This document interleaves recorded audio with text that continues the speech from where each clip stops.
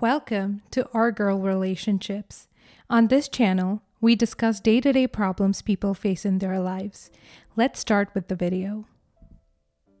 To start this off, I'm going to first say that I'm very well off financially, as I come from a really rich family as well as have multiple businesses that are building up my personal empire. I got into multiple relationships on and off as I was growing up and never really brought a girl back home to my parents or got emotionally attached to anyone, which probably explains why the first girl I ever introduced to my parents ended up horrifying and shocking them to the core. I guess there are many reasons to their reactions, and I'm not saying that it was acceptable that they rejected my relationship and outcasted my girlfriend, but knowing me, it was definitely shocking. The first girlfriend I ever had is a divorced woman that has a 13-year-old teenager and that has somewhat been struggling financially most of her life, which I'm not saying explains what my parents did, but I think it's important to preface this by saying that because it will have a lot of relevance to the story anyways. My mom and dad were very unaccepting of the extravagant trips and gifts and amount of money that I was spending on my newly found love and her daughter. I guess I'm just a kind of guy that would spend it to prove his love, but now looking back at it, flying out a 13-year-old to a new country every couple of months, even during a pandemic, does sound somewhat outrageous. This following story actually took place during one of those trips, only this wasn't to another country, but across states.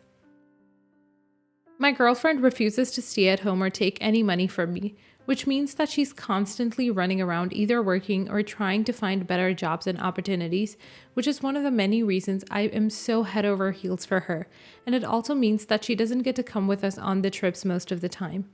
As I was saying, on our latest trip, just me and Laura, not her actual name, we ended up going to one of my family's spas that happened to be right near a water park, so our destination contained everything we could need to make sure this trip would appeal to an angsty teenager. Laura is one of those kids that's very secluded and keeps everything to herself and her emotions locked, especially since her parents divorced. I've always tried to dissolve that, not by attempting to replace her father, but by trying to be as much of an appropriately needed fatherly figure as she could need. When we got to our destination and spent the first couple of days rather lavishly and comfortably, I thought I was doing a great job, and I was. That is, of course, until my parents got involved and derailed the entirety of the events that took place afterwards. They constantly insisted that me and Laura stay with them, and what I first thought to be time to bond with her turned out to be one of their many attempts to ruin my relationship with my girlfriend. They were so jaggy and critical of Laura. The way she talked, the way she acted when she glanced at boys and when she didn't, the way she ate, the way she dressed me, and soon enough, even I was starting to get unbearably irritated. I didn't want to pick a fight with my parents as I didn't want to be a bad influence on Laura, but I did speak to them in privacy and asked them to cut off whatever stupid game they were playing, which eventually they did. On the way home from the trip, I could sense that Laura's angst was set to its max. I knew that was the consequences of the poor quality of that trip would influence our relationship going forwards, and probably take the worth out of everything that I had been trying to do. When we got home that day, I immediately shut myself off in a room and called my parents and hailed hell upon them, telling them that if they weren't willing to accept my girlfriend and her daughter, who were now considered my families, I would be happy to exclude them from my life. I'm not sure if our conversation made them feel bad or if they genuinely saw through how disgusting their actions were, but soon after that, they stopped being so judgy of my newly found relationship.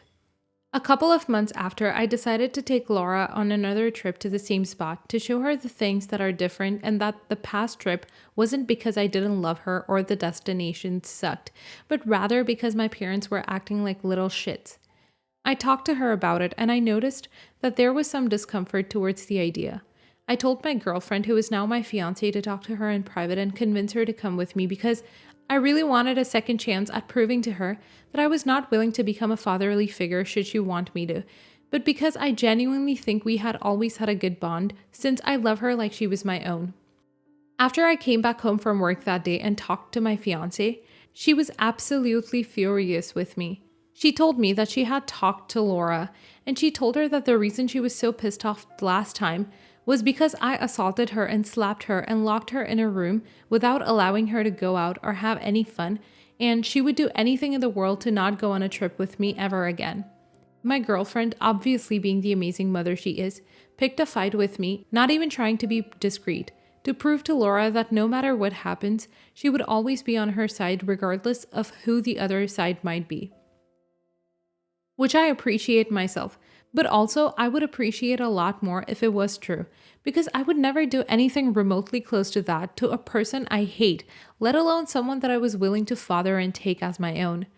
I swore to her up and down that I hadn't done anything to her and explained to her that my parents were the ones acting like a bunch of toddlers and ruined the trip for us, and that I was trying my best to make it enjoyable and memorable, but for its good or not for its bad, she hasn't really let me off the hook, and I'm trying to be respectful of their emotions and whatnot, but I really don't know how to make her believe me. Update. I flew my parents in after the last post, basically dragging them out from their ears to get them to talk to my fiancé and tell her that they were the ones that actually ruined the trip for her and not that I had assaulted her. I guess the gravity of the accusations, as well as the fact that they were acting horribly, made them sound extra sincere, on top of the fact that they would never ever confess to something they didn't do. My fiancé ended up forgiving me, but man, does it sting to be accused of something so bad that you didn't or would never do. I apologized to Laura and promised her that I would never let anything like that happen again, and should she tell me if she doesn't want to do anything, and I will listen to her instead of having to lie about it or accuse me of something so serious.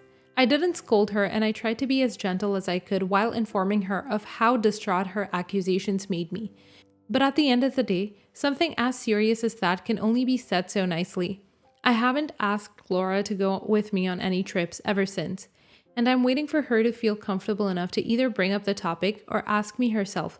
But I really do miss all the fun that we used to have, and I wish that none of this had happened.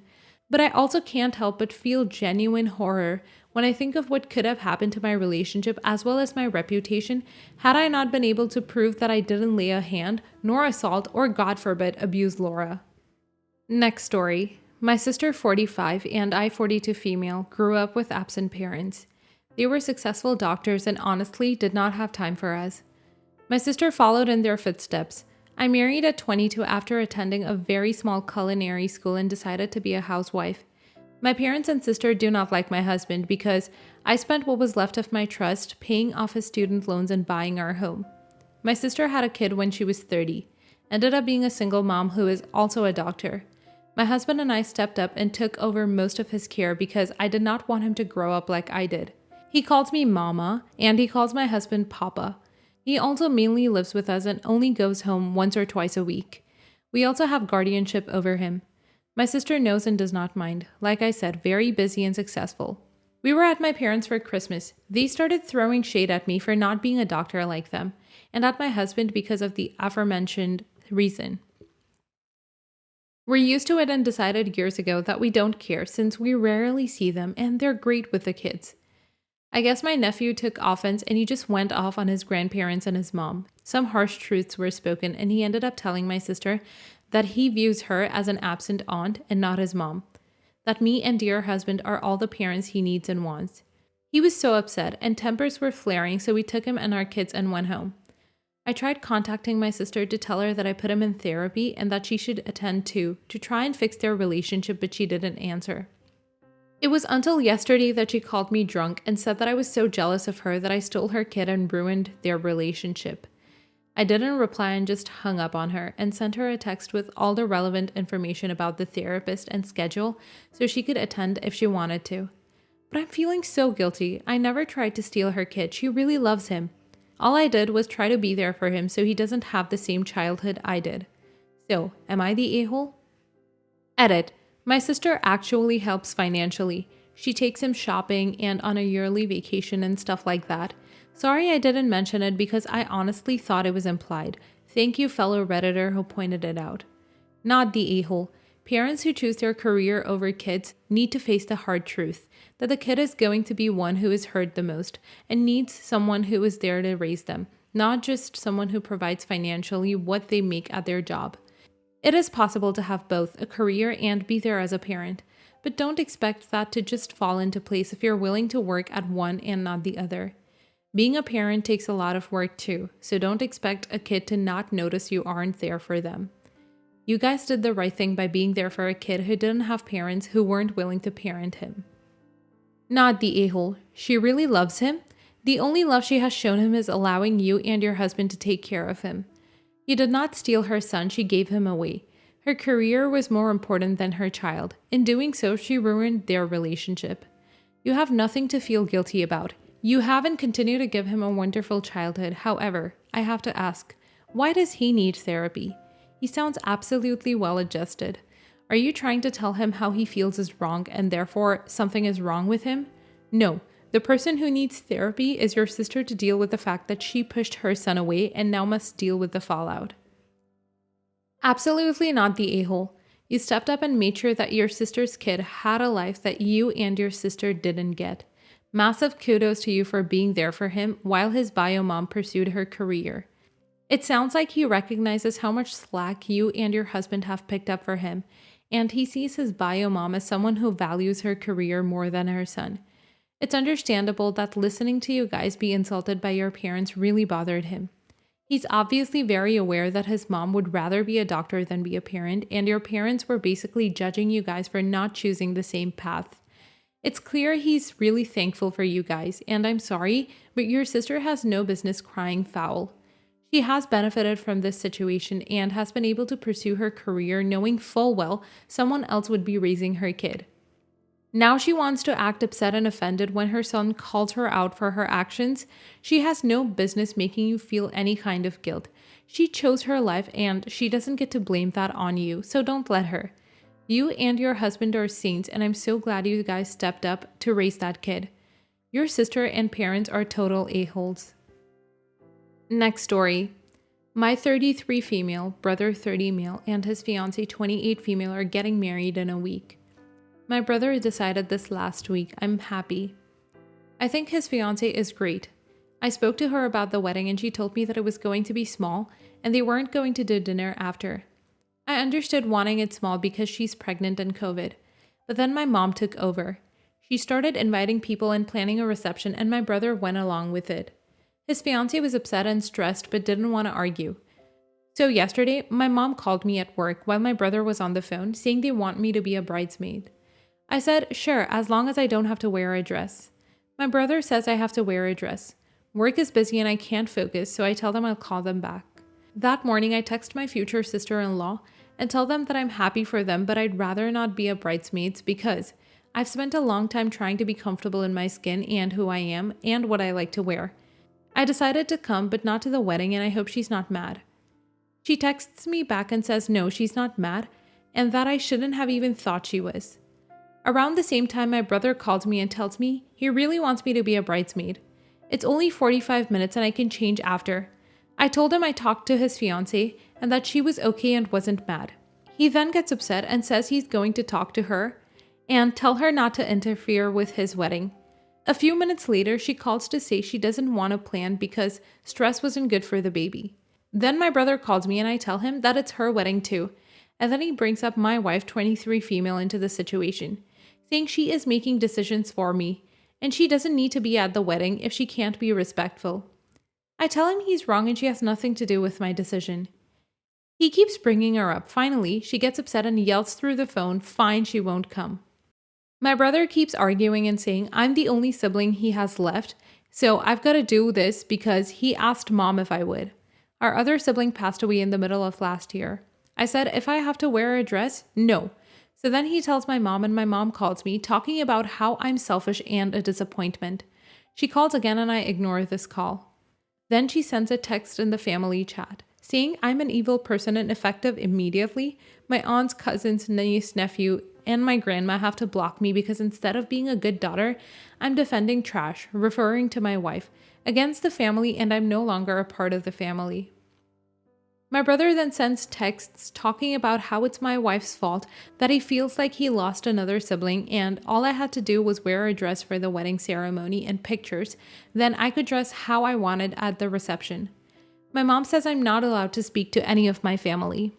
Am I the a-hole for refusing to wear a dress for my brother's wedding? Edited to add. Info, I don't wear female clothes and my family has always had an issue with the way I dress. Things like this have happened before. I've worn what they've wanted, being assured that I could change into what makes me more comfortable, only to be pressured and guilted into not changing or ruining the rest of the pictures. I offered compromises. I offered to wear a matching suit color to match. Initially, it was only supposed to be my sister-in-law's sister standing behind her, but my mom got involved. Not the a-hole and your brother needs to grow up here. From what you've said about your future sister-in-law, she is not comfortable with a large wedding and your brother has chosen to ignore that and has allowed your mother to take control. His wedding, it's their wedding, and sister-in-law is correct about the stress not being good for the baby or her. Good luck. Not the a-hole, holy shit. That is some misogynistic, homophobic bullshit, and I'm worried for your future sister-in-law's safety. Like maybe take her out for lunch and check on her because her fiancé is mad at her for interfering in her own wedding party. What the F? This is not how a healthy and supportive family functions. Next story. My mom gifted me our childhood home when I got married. She has lived with us since the pandemic started. I have a stepdaughter, she's 8. Her mom is not in her life and we're planning on adopting her after things settle down. My mom was great with my daughter and my daughter calls her grandma. I thought their affections were mutual. My younger daughter is 3 months old. My mother spends more time with the baby and that wouldn't have been a problem if she didn't completely cut out my stepdaughter and I have caught her calling the baby her eldest grandchild. I tried talking to mom about it, but she was defensive. My daughter had started to pick on the fact that her grandma was not interested in her anymore. I could see that it was only going to get worse as they got older. I tried to talk to her again, but she told me that I had to accept the fact that my side of the family will be closer to my biological daughter than my stepdaughter. I cannot accept that, and I told her that if that was the case, then she needed to move out and I called my sister and she was willing to take in mom. She moved out about a week ago and she was distant and cold with me. My sister thinks I should have given her more time to adjust to the new situation, and I was depriving my daughter of an amazing grandmother. I feel guilty because she gifted me this house. She has done a lot for me and I feel I was out of line with her. I really loved having her stay with us, but I really couldn't have my daughter be a second-class citizen in her own home. Not the a-hole. You said it yourself. Your daughter, step or otherwise, can't be seen as a second-class citizen in her own home. Your mother doesn't seem to be able to understand that. Your first duty is always to your kids.